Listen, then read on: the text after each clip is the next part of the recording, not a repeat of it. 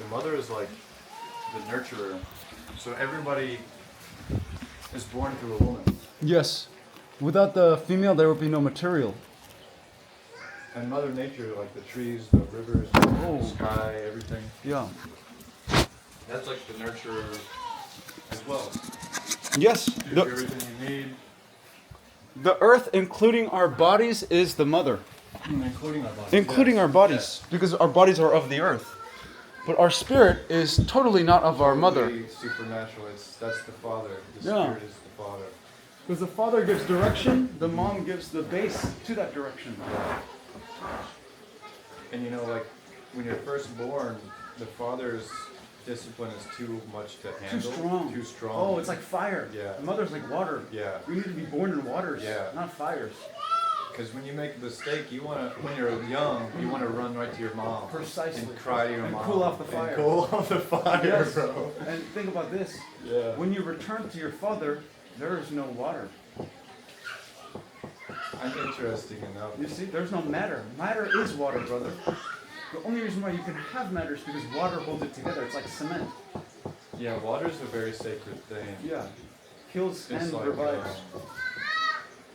Being reborn in because baptism. we were even saying, like, if the mother didn't exist, there would be no creation at all. There would be, like, everybody either way. unified in the father, Yeah. and there would be nothing to ever see Like, or... you see media saying, like, without a woman, man can't exist, but it's either way.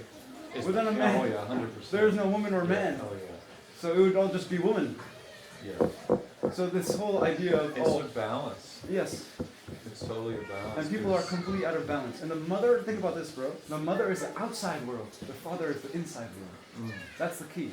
Because the father delivers the message from the non-material, and the mother is the outside that holds that message in the material. And that's what we call DNA. Yeah. But you know, there's, like, the spirit that's in you is a father. So there's an external father in terms of the community. Oh, exactly. There's a living biological creatures, father. yeah. And then there's a godfather who's more of the messenger father, the soul father. Yeah, there's so many fathers. There's Noni father who's just a nice guy who just holds the space. But you know, like once we become more comfortable, that's when the father can take us and lead us. Yes. But before the mother nurtures us and helps us grow, like you said, we can't handle the father's direction. We won't understand his direction. We don't understand his discipline, especially because it's like he hates me. Yes. No, he doesn't hate you. Exactly. He loves you very, just wants very to teach much. you. Yeah. But this is the whole Kronos Zeus archetype. There's a father there's a point where you must surpass your father. There's a point where you have to become more mature than your father, and that means, Father, you're right. I know you're wrong, but I'm going to say you're right. I'm going to do my own thing, Father. You see what I'm saying? Because even though you're smarter than me, you got more experience than me, I am a new light. I can be a new way, like this. Perhaps your biological father, yes, but your eternal father. Yeah, in God heaven, is already ahead of you. Yeah. God doesn't decay and degenerate like your father, like your biological father. Those are two different things.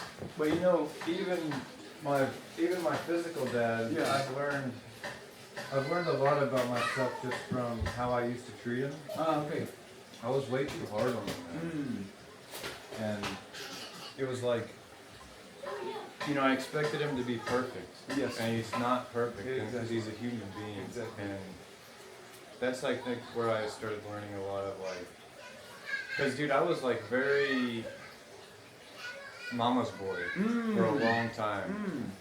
I was more of a papa's boy. And I was a mama's boy until I realized, like, my mom and my dad are both wrong. Yeah. You know what I mean? 100%. They're both wrong, yes. and they're both seeing But things. I'll put it this way. My mom has a little less responsibility. Oh. My dad's a little more wrong than my mother. I'll just put it that way. I won't say my dad's completely right, because that's what he tells me. But he's not completely wrong, you know? Once I started forgiving my parents, everything changed for me. Yeah, it has to change. Because then you become aligned with yourself. Yes. You're not- I woke up to who I am more on a deeper level, Yes. for sure. So that's the masculine and feminine is where you are. And to me, I tell somebody or a girlfriend, that's who I am. I'm slightly more man than woman. You have to understand this. And you have to forgive me for not understanding but slightly more feminine than masculine. Because women have masculinity, or else they wouldn't be able to move. They have some level of masculinity and thinking. And women are. I used to be kind of triggered by women a lot, because it's like they don't speak the truth most of the time. They don't do this and that. More around the bush. Yeah. That's their style. But even women now, I just feel so much compassion. So like, once I understood their purpose, I was like, oh, it was like, it's like, oh my God. Yeah. Because that's why I'm so angry at TikTok. Like, it blew my mind because the divine. I had been fighting her, like my most recent Filipino girlfriend. Oh, okay. I've been fighting her and arguing with her about various things, diet, whatever. Okay. And what I realized is, it's nothing about any of that stuff. Like, I could be right, but if my spirit is wrong, that's what her job is to show me. Yeah. Because if I can communicate but to Logan, her... let's clarify. A bad spirit will do bad things, like eating wrong. Like eating wrong, yes. But it could be just ignorance too. Because the knowledge is what helps us understand that too. Either way, ignorance is our choice. But more so than the physical action is the spiritual action. And like being right. It's both. It's together. There's no difference. That's the spiritual being. If there's no spiritual being and spiritual not being, it's I guess one. what I'm trying to say is how you treat people means just in terms of like communication and just not so much focus on external like communication, but just really truly loving a person, meeting them where they are, and walking with them, seeing them as a parent or your child. You have to see them as both. They could know more than you, they could know less than you, they could be more creative than you or more old. We're all so lost, bro. Yeah. We're all so lost, and maybe some of us have some secrets that's been hidden. But nobody wants to listen to like an arrogant communicator or bro. So it comes down to like the knowledge is very important, but so is I think even more important than that, because the knowledge will come when we are humble, like a humble spirit. Without humility, you don't know anything. Oh, 100%. Yeah, it's impossible to know and something. The most humble people are some of the smartest people, and they even claim, but I don't know hardly anything. Precisely. The more I find out, the more I need to know. Yes. The more I don't know. And this is why I hate listening to pastors. They act like they know about God, but they're not searching. I'm searching. I don't know the answer. I don't trust anyone. Yeah. I would say some pastors are good, some aren't. Some of them I've never met a good pastor, to be honest with you. Some of them know God and some of them don't. I would definitely say that. The closest thing I'll say to a pastor is Krishnamurti, and he wasn't even close to religion. But he just told to question everything, right? To not take anyone's word for it, to doubt. Because to be able to doubt is a human quality, right? Because you have to be able to question things. Faith, blind faith is not faith. But faith in things that you can't see because you've had experiences to know is different than blind faith too. What I mean by blind faith is your faith should be built on something foundational. You should have experienced it. It's not something it's not a fairy tale somewhere else. 100%. It's a spiritual life now. Oh yeah. But it goes, like, for me personally, whenever I finally met God, I guess you could say, or when He touched my life, or whatever you could say, is He made me realize so much about myself that I had previously been unwilling to accept. But would you also say you realized yourself? Like it wasn't He that made you? Because you always attribute this personality to God. But there was a drive. He's very still. Yes, but it's undeniable that there was a driving force kind of teasing me. But that's to life like, force. Wake up, wake up, wake up, wake up, wake up. You were supposed to be awake when you were born. Yes, but like we said before, like we're kind of like children when we first, like, we may be perfect in our bodies or our spirits when we're younger, but we're still ignorant and immature. If we remain that way. because it just goes back to the mother and the father thing and how you got to be nurtured first before you can even begin to accept the responsibilities of the father. And so that's the hardest thing about growing up, is accepting the reality that we live in. But I wouldn't say accept. And, Accept is a dangerous word. It's not accept or deny. It's just to see. Because accept immediately says taking sides. You see what I'm saying? So you have to be able to look at things without taking sides. Like without taking it for granted. Because accept comes in belief. But when you see things for what it is, you're definitely given a choice of what side do you want to take, and there is almost no way to not make a choice. I contend there is no choice, because when you see what is right logically, you cannot go back to the other choice. Yes. So that's why I say no choice, but I understand what you're saying. Yes. You have a choice to make the wrong choice. Yes. And even if it's just unconsciously being stuck, as opposed to accepting what God's trying to show us, and then saying, okay, I will, examine but that. But to be able to doubt what God's trying to show us, because a lot of times God's trying to show us is ourselves, not God. Oh, no, 100%. You see what I'm saying? 100%. It's ourselves creating this God, and then saying that's ourselves. So my faith has led me to a point where I know God created me. I didn't create God. Yeah, of course. And I'm a fraction of God. I'm not God. Yeah. And but God is in the fractal. He's in the fraction. But like what I was gonna say is like this is this is almost like the irony of all of this is like once she touched my life and I finally woke up and said, holy shit. Excuse my language, but I was like, oh my God, I was so eccentric because I realized that all my life he had been there, and he had been guiding me, and he had been, every moment was a chance, poking at me to try to showing me different things and leading me down the path, and then every moment was a chance for enlightenment. I wasn't ready most of those times. I guess that's where it's like the sunshine. You can't accept all of it all at once because it's so powerful. You can though. That's the catch, because every moment in your life you could have become enlightened at that point. So enlightenment is not a factor of time. But if you think about it time isn't a factor. If you're living in like a meat-eating, fast food life, and then you hear about breatharianism, there's almost, I'm not going to say there's no way you can accept it, but for most people they would never accept that as true. You may never even hear about it. I never heard about Mahilon. Why do I have the same dream? Exactly. But it can be an internal hearing, not an external, I hear from someone else.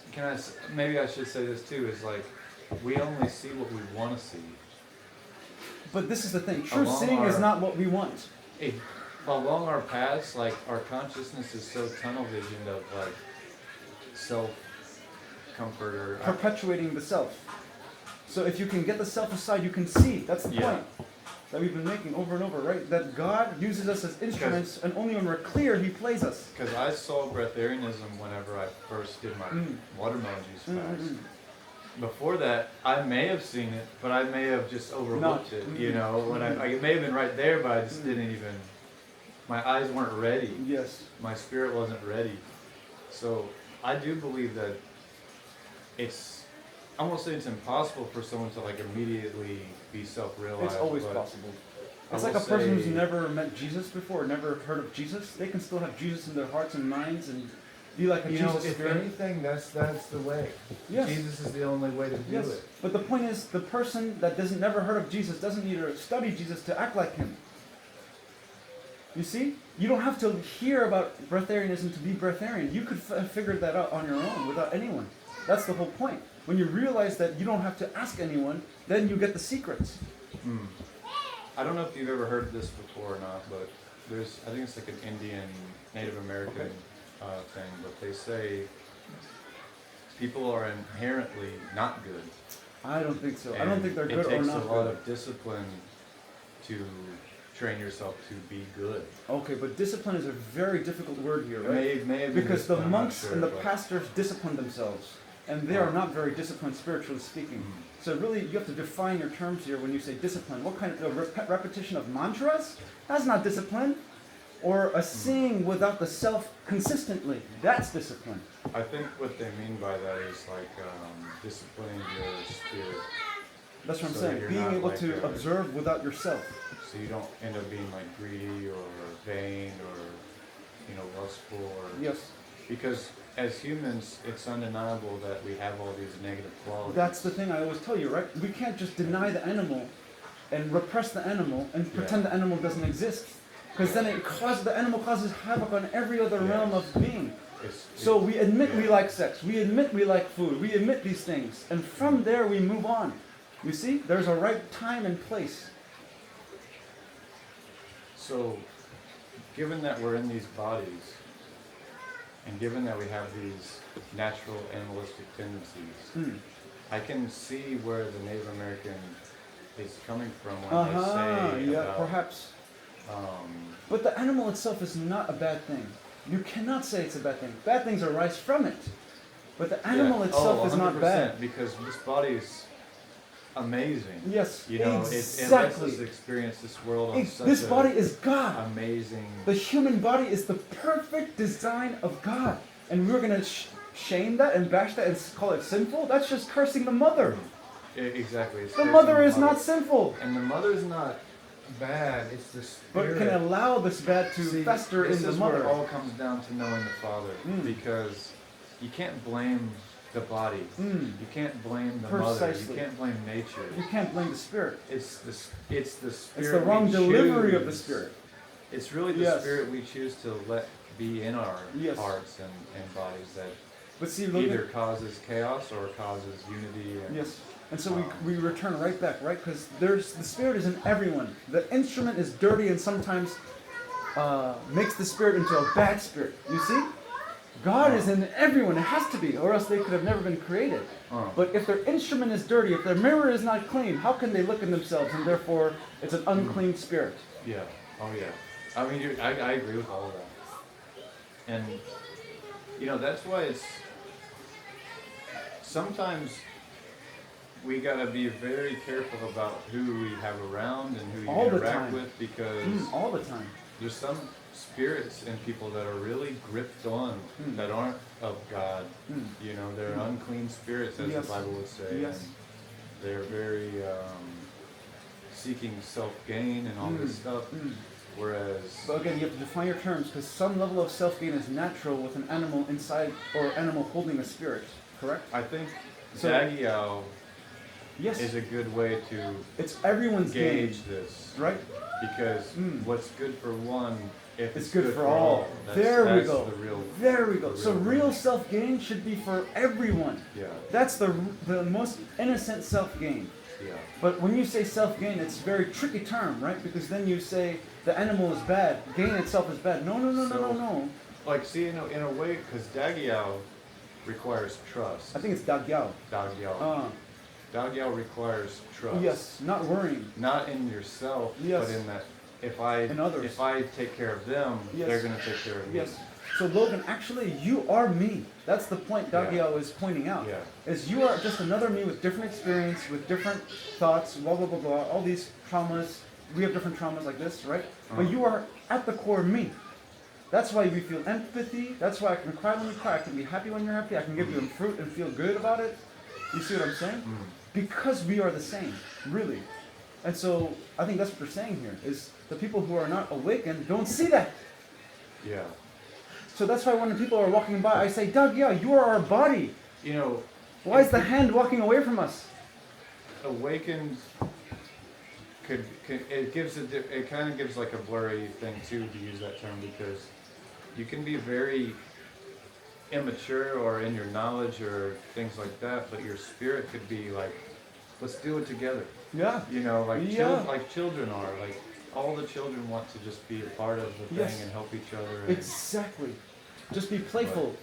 There's people that have like a lot of knowledge, but they don't know how to get along with everybody. And that's a big... No. It's a big red flag, because it's almost like their knowledge is a blind bulb instead of a light bulb, where you know, knowledge, I guess that's where wisdom comes in, is like knowledge being used as a light bulb instead of like a blindfold. Because knowledge, even if it's true, it can be used for division sometimes. Usually not if it's true. It has to be false in some degree. If it's true, it's usually always good. It's like the truth is never better not said. Let's put it that way.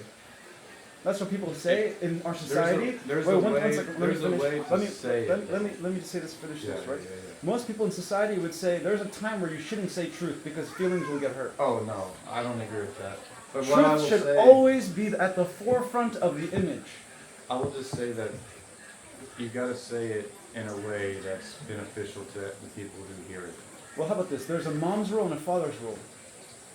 The mom is much more encompassing and much more...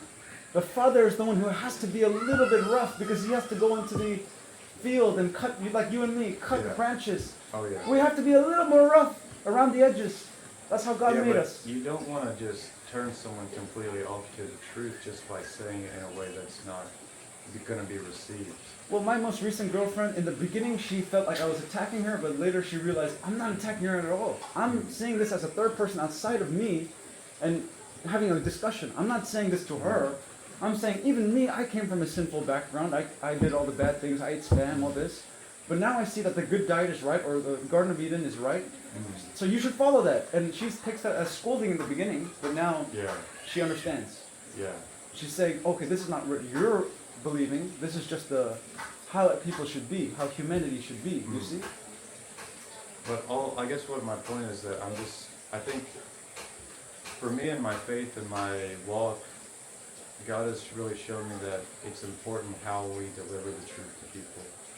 And sometimes they're not ready for it, so we don't need to say it right at that moment. Like there's time and place, and there's... I don't know about delaying the truth for people, man.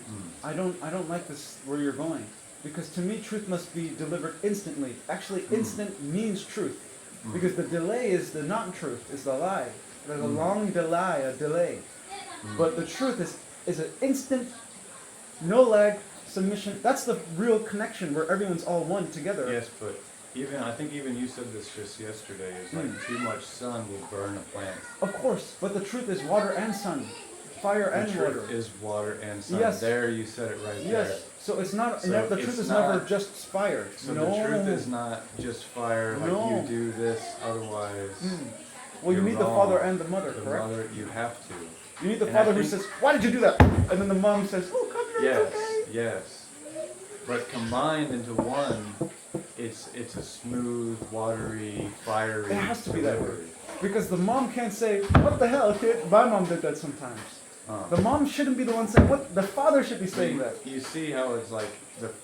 So the mom is home and the father is out there and I gotta go find him. To assume only one of these two divine roles is imbalance. Oh, of course. But to assume your role as same as feminine and masculine is also imbalanced because you are in a more masculine body. So you must admit where the animal is.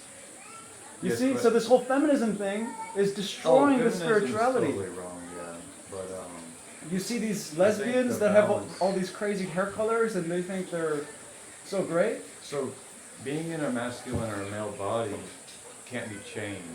I mean, in a spiritual sense, like you're given the body. 100%. But you're giving the genes. What I've found is the most masculine men have a balance of masculine and feminine spirit. Like Bruce Lee and Muhammad Ali. How pretty are they? How pretty is their delivery? Not even so much like pretty, but just like they know the secret of teaching. It's a both. Because it's a back and forth. It's like if you're too strong, nobody wants to listen to you because you're trying to lead through control. But let me also say, Muhammad Ali and Bruce Lee, they are strong. Oh, 100%. Yeah. And you know, like Mahilam even said, like the people here that are gonna be resisting like the external, they're gonna be skinny. Yeah, possibly. That's what